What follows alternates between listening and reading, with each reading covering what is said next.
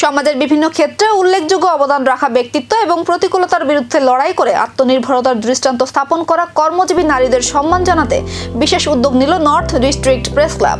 শনিবার ধর্মনগরে আয়োজিত এক সংবর্ধনা অনুষ্ঠানে সম্মানিত করা হয় বিধায়ক, প্রাক্তন মহিলা কমিশন চেয়ারপারসন সহ একাধিক কর্মজীবী নারীকে।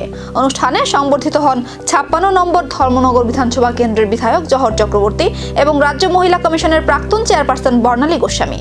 এছাড়াও বিশেষ সম্মান জানানো হয় ধর্মনগর মহকুমার 4 জন মহিলা টমটম চালক এবং একজন মহিলা সবজি বিক্রেতাকে। কঠিন পরিস্থিতির মধ্যেও আত্মনির্ভরতার পথে এগিয়ে গিয়ে জীবিকা নির্বাহ এবং সমাজে অনুপ্রেরণার উদাহরণ স্থাপন করায় তাদের এই স্বীকৃতি প্রদান করা হয়। অনুষ্ঠানে উপস্থিত ছিলেন নর্থ ডিস্ট্রিক্ট প্রেস ক্লাবের সম্পাদিকা কাকলি রাহুত, প্রতিষ্ঠাতা সদস্য কৌস্তব ভট্টাচার্য, বিশিষ্ট সাংবাদিক মিন্টু গুপ্ত, বুদ্ধ ভট্টাচার্য, সহ সম্পাদক মিলন নাগ, অফিস সেক্রেটারি সহ ক্লাবের অন্যান্য সদস্যরা। বক্তারা বলেন, সংবাদ পরিবেশনের পাশাপাশি সামাজিক দায়বদ্ধতা পালনে নর্থ ডিস্ট্রিক্ট প্রেস ক্লাব সবসময় সক্রিয় ভূমিকা পালন করে আসছে।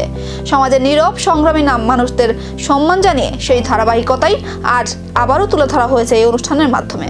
অনুষ্ঠানের শেষে সংবর্ধিত অতিথি ও কর্মজীবী নারীদের হাতে উত্তরীয় স্মারক ও ফুলের তোড়া দিয়ে শুভেচ্ছা জানানো হয়।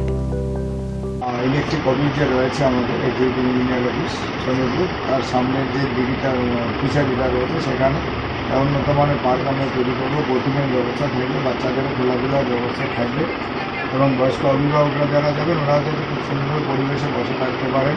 এখানে স্ন্যাক্স, বার্গার সবই থাকবে, বাইকের পার্কিংয়ের ব্যবস্থা থাকবে, গাড়ি পার্কিংয়ের ব্যবস্থা থাকবে, খুব সুন্দর আলোর ব্যবস্থা থাকবে, সাউন্ড সিস্টেম এগুলো। এবং আমরা চাইছি যে একটা ছোট্ট একটা মিউজিয়ামও তৈরি করা যাইছিল না, সেই ব্যাপারে আমাদের প্রয়াস চলছিল। আমাদের ধর্মনগর কচিগুলি থেকে কীভাবে ধর্মনগর বাজারে রূপান্তরিত হলো সেই ইতিহাসটা যাতে আমরা তুলে ধরতে পারি, তার জন্য আমরা চেষ্টা করছি, প্রয়াস চলবে। এবং আশা রাখি এই পার্কটা আমরা আধুনিক পার্ক হিসেবে আমরা তুলে ধরতে পারবো কাজ, এবং খুব শীঘ্রই সেটার কাজ শুরু হওয়ার পথে। এছাড়া আমরা যেমন আমাদের যে ছোটো যে দিঘিটা রয়েছে, ছোটো দিঘিতে আমরা একটা ওই পাড়ে সমাজের নেপথ্যের সংগ্রামী মানুষদের সামনে এনে তাদের সম্মানিত করার এই উদ্যোগকে সাধুবাদ জানিয়েছেন উপস্থিত অতিথিরা।